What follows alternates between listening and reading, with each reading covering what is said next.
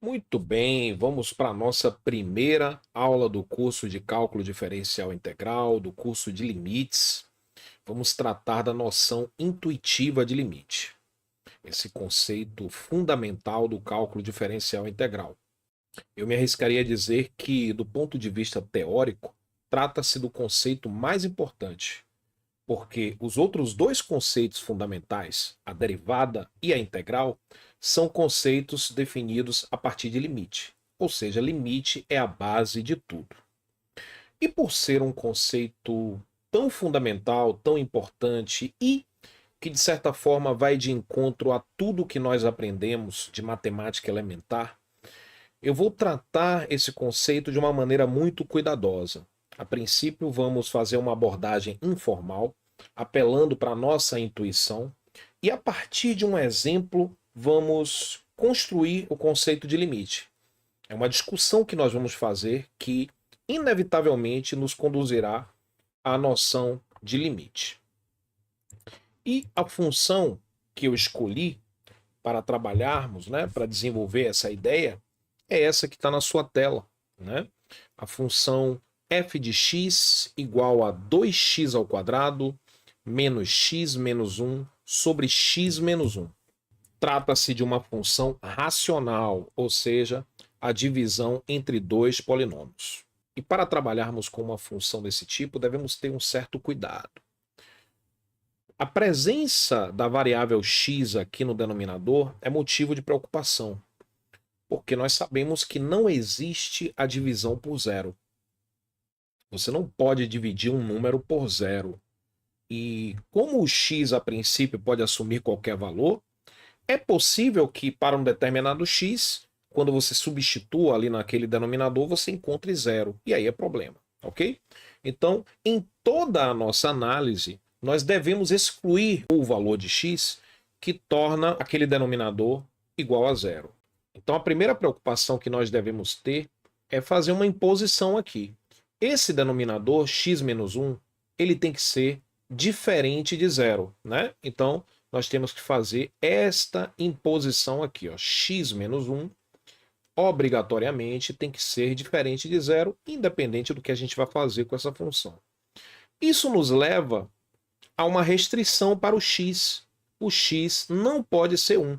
O único número que torna x menos 1 igual a zero é exatamente 1, ok? Então o x não pode ser 1, independente do que a gente vai fazer com essa função, que daqui a pouquinho vai ficar claro, a gente em nenhum momento pode cogitar a possibilidade do x ser 1. Uma forma de expressar que x é diferente de 1 é dizendo que o domínio dessa função é o conjunto dos números reais, né, o domínio de f, é o conjunto dos números reais menos o valor que nos causa embaraço, que nos causa desconforto, o valor proibido, que no caso aqui é o 1, ok? Em funções como essa, nós temos uma relação bem particular entre duas variáveis, y e x, ok? O x é a variável independente, ok? O x é a variável independente. Por que independente? Porque você tem liberdade de escolha. Dentro de um certo domínio, que no caso aí é o conjunto dos números reais menos o 1, você pode escolher qualquer valor. Então x é aquele que é escolhido, ok? Você atribui valores a x. Já o y é função desse x, por isso considerado a variável dependente, porque depende da escolha do x. Então o y, em geral, não é escolhido, ele é calculado a partir da escolha do x, ok? Então é muito interessante a gente destacar os papéis de cada uma das variáveis envolvidas aqui. Nesse contexto, onde você tem uma função na qual uma variável depende de uma outra, é muito comum você fazer questionamentos sobre a variável dependente, dada alguma condição particular para a variável independente. Por exemplo, podemos estar preocupados com o que ocorre com a variável y, ou seja, a variável dependente, quando o x começa a crescer. Então, se o x cresce, qual é o impacto disso na variável y? É um questionamento possível. E foi dada uma condição especial para o x. O x vai crescer. Então, será que o y também cresce? Será que o crescimento do y, ou melhor, o crescimento do x, implicará num decrescimento do y? Enfim, muita coisa pode acontecer.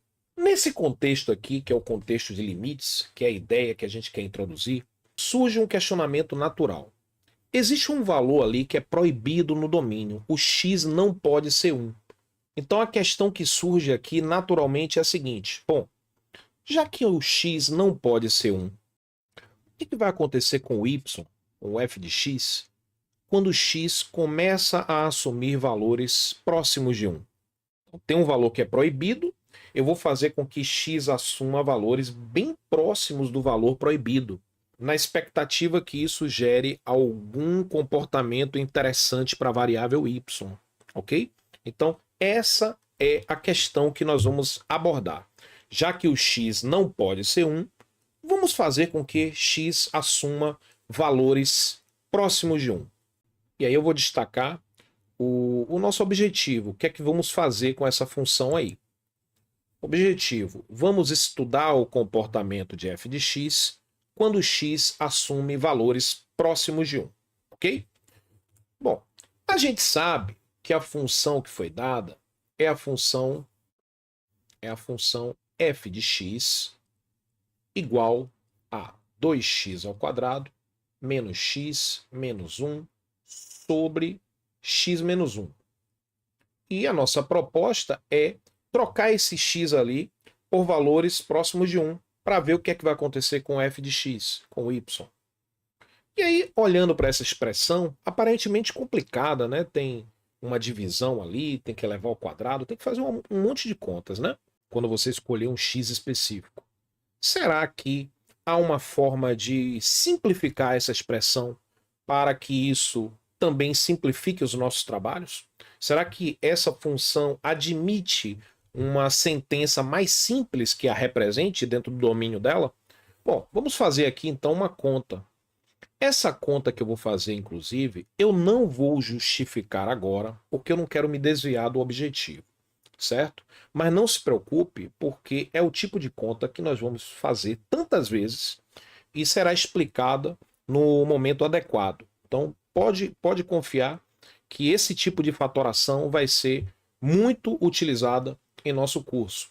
Então, acredite em mim, esse polinômio de grau 2 que está no numerador, ele pode ser reescrito como 2x mais 1 vezes x menos 1. E lá o denominador eu vou manter o x menos 1, nada a fazer, né? Então o que eu estou dizendo é que esse polinômio de grau 2, de alguma forma, através de uma fatoração que a gente vai treinar ainda, nós podemos decompô-lo como um produto de polinômios de grau menor, neste caso, polinômio de grau 1. Então eu tenho um polinômio de grau 2 e escrevi como um produto de dois polinômios de grau menor, ambos de grau 1 neste caso. E, naturalmente, surge aqui a tentação de fazer o cancelamento, vulgo o corte, né? E aí nós encontramos uma expressão mais simples, né? E, obviamente, que para o nosso objetivo, que é atribuir a x valores próximos de 1, por exemplo, 0,9, 0,99, 0,93, 1,05, enfim, vai ficar muito mais fácil fazer as contas com essa expressão mais simples do que aquela original. Vou fazer uma pequena provocação. Podemos afirmar que a expressão... Vou até dar para não ter que escrever de novo. Podemos afirmar... Não, vou escrever. Podemos afirmar que 2x ao quadrado menos x menos 1 sobre x menos 1 é igual a 2x mais 1? Essas expressões são iguais? Eu aposto minha coleção de figurinhas da Hello Kitty. Se você pegar qualquer número, substituir aqui e aqui, você vai encontrar o mesmo valor. Por exemplo, se x for 5, substituindo x por 5 na expressão à esquerda e na expressão à direita, os resultados encontrados serão idênticos. E isso ocorre para todo número, exceto para um, exatamente ele, o valor proibido, o valor que não nos interessa, né? Então, olhe bem, essa expressão aqui, essa expressão mais simples, perceba que olhando para ela e desprezando a origem, ou seja, de onde ela veio, né? Ela veio de uma fatoração, de um cancelamento. Mas quando a gente olha para ela, destacada ali, esquecendo a origem dela, de onde ela surgiu aqui na nossa aula, a gente percebe que tem ali uma expressão de primeiro grau, na qual não há restrição para x. X pode assumir qualquer valor, inclusive o x pode ser 1. Né? Quando x é igual a 1, 2 vezes 1, 2, mais 1, 3. Não há nenhum problema. Então, quando você atribui o valor 1 a essa expressão nova, você não tem problema. Ao passo que, na expressão original, o x não pode ser 1. Então, você não pode dizer que a expressão à esquerda é igual à expressão da direita, sem fazer um complemento. O complemento é o seguinte: esta igualdade ocorre desde que x seja diferente de 1. Pronto. Então, se nós supusermos que o x é diferente de 1, então você pode trabalhar com a expressão à esquerda ou a expressão à direita e você vai encontrar a mesma coisa. Qualquer análise que você venha fazer com uma e com a outra te conduzirá à mesma conclusão, ok? Então são expressões idênticas para x diferente de 1. E aí vem uma coisa muito positiva. Qual é o nosso objetivo que está destacado aqui? Vamos estudar o comportamento de f de x, ou seja, do y, quando x assume valores próximos de 1. Em particular, estamos admitindo que x é diferente de 1. E isso, de fato, já está claro lá no início, quando nós determinamos o domínio da função e vimos que é o conjunto dos números reais menos o 1. Estamos admitindo que o x é diferente de 1. Então, com essa hipótese, nós podemos trabalhar com a expressão mais simples no lugar da expressão original.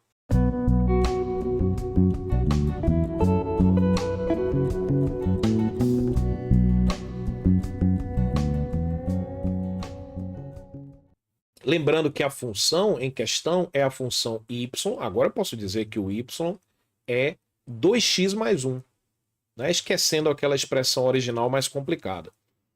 E aí, veja bem, nessa primeira tabela, nós temos aqui o x, e eu estou atribuindo valores próximos de 1, porém pelo lado esquerdo. Né? Imagine que o 1 está lá no eixo x, e aí você vai primeiro fazer aproximações pelo lado esquerdo. Então eu vou pegar aqui, ó, 0,9, depois 0,99, 0,999 e assim sucessivamente, para ver qual é o impacto lá no f de x, no y. E, é claro, eu vou fazer a conta uma vez só, porque todas as outras contas são semelhantes. Por exemplo, quando x é 0,9, qual será o y correspondente? Ou seja, qual será o f de 0,9? O f, aqui em cima eu tenho o f de x, que é o y, ok? Então eu posso escrever y ou f de x? Vou escrever f de x porque aqui eu vou usar o f de x, exatamente. Então isso daqui vai ser 2 vezes o x escolhido, que nesse caso é 0,9, mais 1. E aí o f de 0,9 vai ser o dobro de 0,9, que é 1,8, mais 1, isso aqui vai dar 2,8, que foi o valor encontrado. E assim a gente vai proceder com todos, obviamente que a gente não vai ficar perdendo tempo com essas contas. E aí você percebe que, à medida que o x vai assumindo valores tendendo para 1, próximos de 1, parece que o f de x aqui vai ficando mais próximo, cada vez mais próximo de um número. E esse número parece ser 3. Né? Observe que o valor 3 em nenhum momento foi atingido. Né? Quando x é 0,9, o valor de y é 2,8, que você pode até discutir ou discordar de mim, não é próximo de 3, tudo bem. Mas quando você pega um valor de x um pouquinho mais próximo do 1, você percebe que o y vai ficando mais próximo do 3. X mais próximo de 1, y mais próximo de 3. Então, a primeira tabela sugere que Quando você faz com que o x assuma valores próximos de 1 pela esquerda, o y, ou seja, o f de x, parece assumir valores próximos de 3. E a mesma coisa vai ocorrer pelo lado direito. Quando você fizer com que o x assuma valores próximos de 1 pelo lado direito, ou seja, 1,1, 1,01, enfim, valores que estão cada vez mais próximos de 1. Você percebe que, à medida que o x aqui se aproxima de 1, né, o y vai se aproximando de 3. Então você percebe que as duas tabelas sugerem a mesma coisa. Que quando o x assume valores próximos de 1, o f de x, ou seja, o y, se aproxima de 3. Beleza? Bom, uma outra forma de confirmar essa impressão é vendo o gráfico da função. E esse gráfico está aqui. Esse gráfico é muito fácil de construir. Lembrando que a função original era f de x igual a 2x ao quadrado menos x menos 1 sobre x menos 1. E aí, após uma fatoração que nós fizemos, nós encontramos uma expressão mais simples, né? E devemos lembrar ou enfatizar que essa igualdade só faz sentido para x diferente de 1. Ok? Então, observe que a expressão que inicialmente parecia bem complicada é, na verdade, uma expressão de primeiro grau que estava oculta. Então, aquela função que parecia ser mirabolante, complicada, é, na verdade, uma função de primeiro grau, com uma restrição no domínio, que o x não pode ser 1. E a gente sabe que uma função do primeiro grau, para você desenhar o gráfico, basta você construir uma tabela com 2 pontos. 2 pontos determinam uma única reta que os contém, né?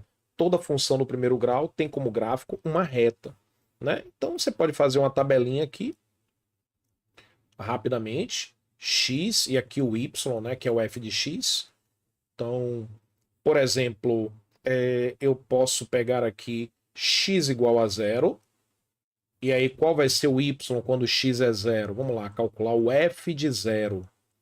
F de 0, obviamente, que a gente tem que ser esperto e na expressão mais simples. 2 vezes 0 mais 1. 2 vezes 0 é 0, mais 1 vai dar 1. Então você tem aqui o ponto 0 e 1. Quando x é 0, o y é 1. Você tem esse ponto aqui.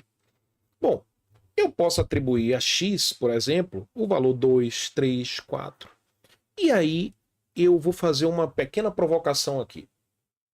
Eu vou atribuir a x o valor proibido. O x igual a 1. Aí você vai querer desistir do curso, vai ficar com raiva de mim, porque eu disse que em toda a nossa análise, nós o tempo inteiro estaremos preocupados com o comportamento da função para x diferente de 1.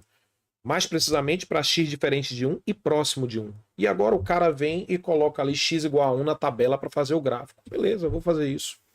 E aí quando você substitui aqui na expressão onde o 1 faz sentido, eu não vou nem escrever o f de 1, eu não vou nem escrever... eu vou fazer a conta aqui meio que um rascunho. 2 vezes, se o x pudesse ser 1, 2 vezes 1 mais 1, 2 vezes 1 é 2 mais 1, 3. O ponto seria 1 e 3, né? 1 e 3. E aí, claro, você pega aqui e liga os dois pontos e encontra essa reta. E aquele ponto que serviu para a construção, no final das contas, ele não pode figurar no gráfico. Então, nada impede que você use o valor proibido para desenhar o ponto, mas depois você apaga, porque a função não faz sentido para x igual a 1. E aí você consegue encontrar o gráfico e você consegue perceber que aquela lacuna está no lugar correto, porque a gente sabe que essa lacuna aqui indica que não há nenhum ponto do gráfico para x igual a 1. Ó, quando x, por exemplo, é meio, você tem aqui um ponto do gráfico. Mas para x igual a 1, não fechou a bolinha. Então significa que aquele ponto não está no gráfico. Beleza. E qual é a nossa proposta? A nossa proposta é examinar o comportamento da função para x próximo de 1. E aí você vê aqui, ó, que quando x se aproxima de 1 pela esquerda ou pela direita, os pontos correspondentes do gráfico, ó, aproximar-se-ão dessa lacuna aqui. E quando você projetar no eixo Y, você percebe que os valores de Y vão se aproximar de 3. Então, quando x se aproxima de 1, os pontos do gráfico se aproximam daquela lacuna e, consequentemente, os valores de y vão se aproximar de 3. Então, tanto as tabelas quanto o gráfico sugerem que, quando x se aproxima de 1, f de x se aproxima de 3. E eu vou mais além. Podemos dizer que a função assume valores tão próximos de 3 quanto nós desejarmos, bastando para isso que nós façamos com que x assuma valores suficientemente próximos de 1. Né? Reexaminando as tabelas, a gente percebe que encontramos aqui valores bem próximos de 3. Ó. É um valor bem próximo de 3. Isso daqui também. Nós conseguimos valores mais próximos de 3? Sim, bastando para isso que nós escolhamos valores de x mais próximos de 1 ainda. Pronto. Esse número, que é o 3, o número para o qual os valores de f de x se aproximam quando x se aproxima de 1, é chamado de limite. Então, limite é o número para o qual a função se aproxima quando x se aproxima daquele valor que foi definido previamente. Né? Vamos escrever aqui o texto. Esse texto aqui é uma conclusão intuitiva baseada na nossa observação das tabelas e do gráfico da função. E nós concluímos que podemos tornar f de x tão próximo de 3 quanto desejarmos, desde que tomemos x suficientemente próximo de 1.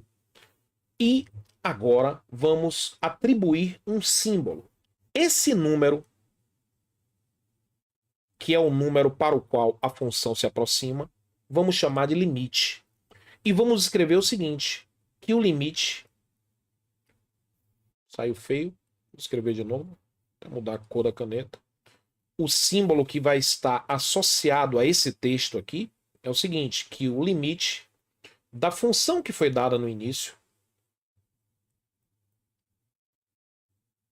que é o f de x, né? Com x tendendo para 1, é igual a... Bom, então aqui a gente está dizendo qual é a proposta. O que é que nós estamos fazendo com o x? Nós estamos fazendo com que o x se aproxime de 1. E não estamos interessados no que ocorre para x igual a 1. Isso não interessa. E no caso em questão, a função sequer é definida para x igual a 1. Qual é o número para o qual a função se aproxima? 3. Então, o limite... Não é que a função seja 3. A função se aproxima de 3. Então, o limite da função é exatamente 3.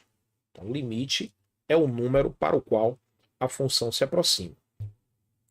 Na próxima aula, nós vamos ver como analisar graficamente limites. Né? Ainda não vamos ver o conceito formal de limite. Isso fica para um outro momento, mas vai chegar lá. Então a gente vai ver exemplos de gráficos de funções e vamos calcular certos limites interessantes, ok? E no momento certo vamos formalizar essa ideia de limite, porque perceba que até então essa ideia intuitiva está amparada em palavras como próximo, suficientemente próximo, f de x se aproxima, e o que é próximo para mim pode não ser próximo para você. Então, para que não ocorra ambiguidade e também confusões, a gente precisa trocar essa linguagem que foi estabelecida nessa aula por uma linguagem precisa, que não dê margem para confusão. É o desafio para as próximas aulas. Até lá.